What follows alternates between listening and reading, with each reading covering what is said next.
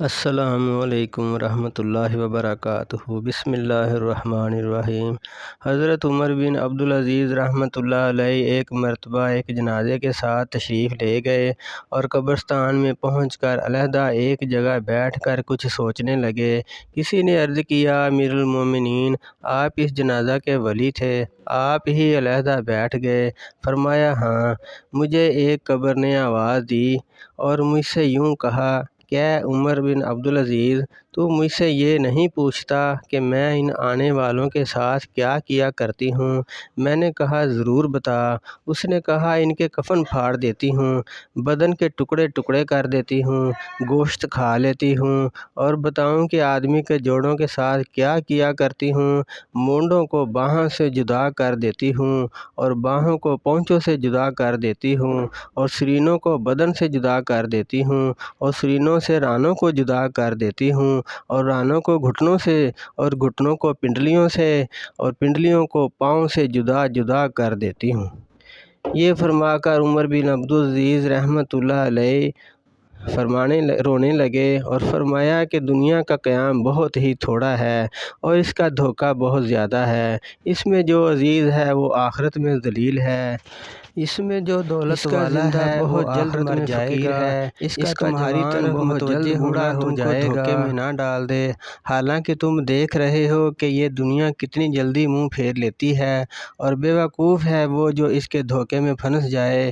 کہاں گئے اس کے وہ دل دادا جنہوں نے بڑے بڑے شہر آباد کیے، بڑی بڑی نہریں نکالیں، بڑے بڑے باغ لگائے اور بہت تھوڑے دن رہ کر سب کو چھوڑ کر چل دیے؟ وہ اپنی صحت اور تندرستی سے دھوکے میں پڑے کہ صحت کے بہتر ہونے سے ان میں نشاط پیدا ہوا اور اس سے گناہوں میں مبتلا ہوئے۔ وہ لوگ خدا کی قسم دنیا میں مال کی کثرت کی وجہ سے قابل رشک تھے، باوجود کہ مال کمانے میں ان کو رکاوٹیں پیش آتی تھی، مگر پھر بھی خوب کماتے تھے۔ ان پر لوگ حسد کرتے تھے، لیکن وہ بے فکر مال کو جمع کرتے رہتے تھے اور اس کے جمع کرنے میں ہر قسم کی تکلیف کو خوشی سے برداشت کرتے تھے۔ لیکن اب دیکھ لو کہ مٹی نے ان کے بدنوں کا کیا حال کر دیا اور خاک نے ان کے بدنوں کو کیا بنا دیا، کیڑوں نے ان کے جوڑوں اور ان کی ہڈیوں کا کیا حال بنایا۔ وہ لوگ دنیا میں اونچی اونچی مسہریوں پر اور اونچے اونچے فرش اور نرم نرم گدوں پر نوکروں اور خادموں کے درمیان کام کرتے تھے۔ عزیز و اقارب، رشتہ دار اور پڑوسی ہر وقت دلداری کو تیار رہتے تھے، لیکن اب کیا ہو رہا ہے؟ آواز دے کے ان سے پوچھے کہ کیا گزر رہی ہے؟ غریب امیر سب ایک میدان میں پڑے ہوئے ہیں۔ ان کے مالدار سے پوچھ کہ اس کے مال نے کیا کام دیا، ان کے فقیر سے پوچھ کہ اس کے فقر نے کیا نقصان دیا۔ ان کی زبان کا حال پوچھ جو بہت چہکتی تھی، ان کی آنکھوں کو دیکھ جو ہر طرف دیکھتی تھیں، ان کی نرم نرم کھالوں کا حال دریافت کر ان کے خوبصورت اور دلربا چہروں کا حال پوچھ کہ کیا ہوا۔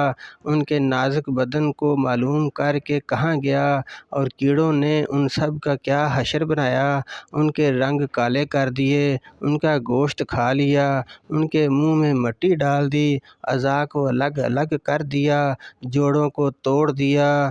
کہاں ہیں ان کے وہ خدام جو ہر وقت حاضر ہوں جی کہتے تھے؟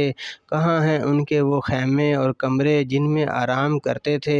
کہاں ہیں ان کے وہ مال اور خزانے جس کو جوڑ جوڑ کر رکھتے تھے؟ ان حشم و خدم نے اس کو قبر میں کھانے کے لیے کوئی توشہ بھی نہ دیا اور اس کی قبر میں کوئی بستر بھی نہ بچھا دیا، کوئی تکیہ بھی نہ رکھ دیا، زمین پر ہی ڈال دیا، کوئی درخت پھول پھلواری بھی نہ لگائی۔ اب وہ بالکل اکیلے پڑے ہیں، اندھیرے میں پڑے ہیں۔ ان کے لیے اب رات دن برابر ہے، دوستوں سے مل نہیں سکتے، کسی کو اپنے پاس بلا نہیں سکتے۔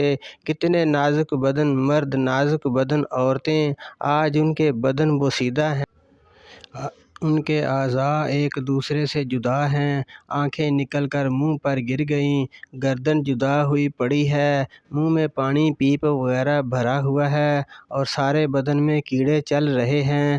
وہ اس حال میں پڑے ہیں اور ان کی بیویوں نے دوسرے نکاح کر لیے ہیں۔ وہ مزے اڑا رہی ہیں، بیٹوں نے مکانوں پر قبضہ کر لیا، وارثوں نے مال تقسیم کر لیا، مگر بعض خوش نصیب ایسے بھی ہیں جو اپنی قبروں میں بھی لذتیں اڑا رہے ہیں، تر و تازہ چہروں کے ساتھ راحت و آرام میں ہیں۔ لیکن یہ وہی لوگ ہیں جنہوں نے اس دھوکے کے گھر میں اس گھر کو یاد رکھا، اس کی امیدوں سے اس کی امیدوں کو مقدم کیا اور اپنے لیے توشہ جمع کر دیا اور اپنے پہنچنے سے پہلے اپنے جانے کا سامان کر دیا۔ اے وہ شخص جو کل کو قبر میں ضرور جائے گا، تجھے اس دنیا کے ساتھ آخر کس چیز نے دھوکے میں ڈال رکھا ہے؟ کیا تجھے یہ امید ہے کہ یہ کم بخت دنیا تیرے ساتھ رہے گی؟ کیا تجھے یہ امید ہے کہ تو اس کوچ کے گھر میں ہمیشہ رہے گا؟ تیرے یہ وسیع مکان، تیرے باغوں کے پکے ہوئے پھل، تیرے نرم بسترے، تیرے گرمی سردی کے جوڑے، یہ سب کے سب ایک دم رکھے رہ جائیں گے۔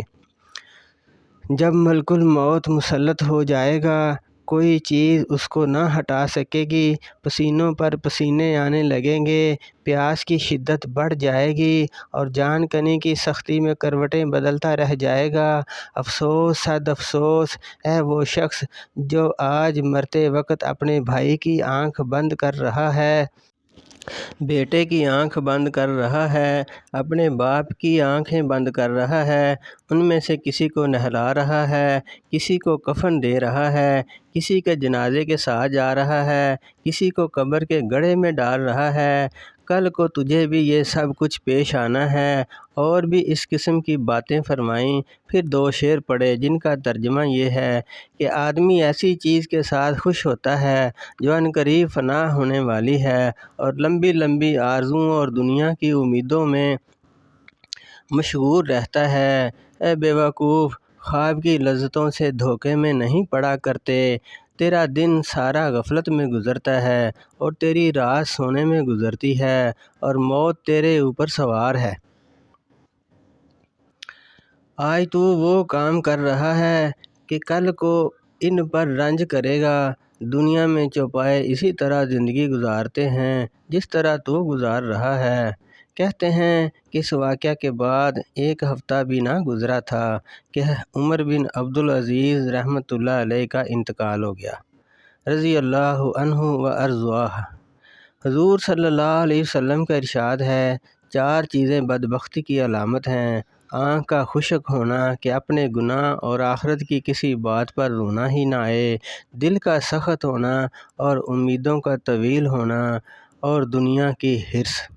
اللہ پاک پڑھے سنے کے اوپر عمل کرنے کی توفیق عطا فرمائے۔ ویڈیو کو لائک کریں، شیئر کریں، چینل کو سبسکرائب کریں۔ شکریہ۔ السلام علیکم۔